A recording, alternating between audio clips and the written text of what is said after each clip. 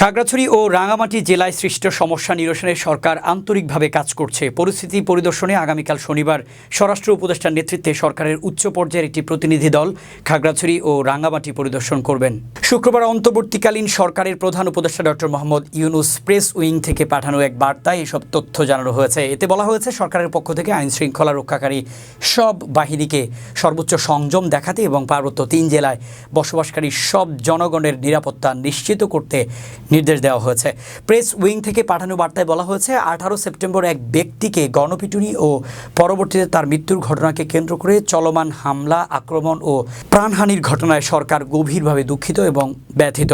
সেখানে শান্তি, সৌহার্দ্য ও সম্প্রীতি নিশ্চিতকরণে সরকার বদ্ধপরিকর। আইন নিজের হাতে তুলে না নেওয়া এবং ধ্বংসাত্মক কাজে লিপ্ত না হওয়ার জন্য সবাইকে নির্দেশ দিয়েছেন সরকার। সহিংসতার সঙ্গে সম্পর্কিত সব ঘটনার সুষ্ঠু তদন্ত আর দায়ী ব্যক্তিদের বিচার নিশ্চিত করা হবে। খাগড়াছড়িতে পাহাড়ি বাঙালি সংঘর্ষের প্রভাব পড়েছে রাঙামাটি জেলাতেও। খাগড়াছড়ির ঘটনাকে কেন্দ্র করে রাঙামাটিতে আজ শুক্রবার সকাল থেকে দুই পক্ষের মধ্যে সংঘর্ষ, দোকানপাট ও বাড়ি ঘরে ভাঙচুর এবং অগ্নিসংযোগের ঘটনা ঘটেছে। উদ্ভূত পরিস্থিতিতে রাঙামাটি ও খাগড়াছড়ি জেলায় 144 ধারা জারি করা হয়েছে।